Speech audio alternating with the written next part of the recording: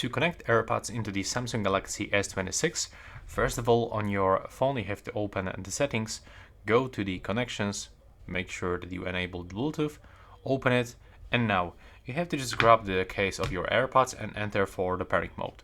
So in the AirPods Pro 3rd generation and AirPods 4, you have to close the case.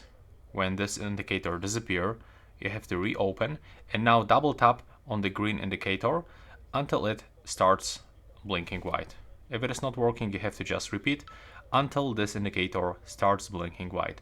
In some older versions of the AirPods, you have to click and hold the pairing button, which is available on the back or on the right side of the case. Now keep that case open with both AirPods inside, and from available devices list, if there's no any devices, click to scan. Now just wait for AirPods to appear and just select them. Now accept the pairing request and you are connected.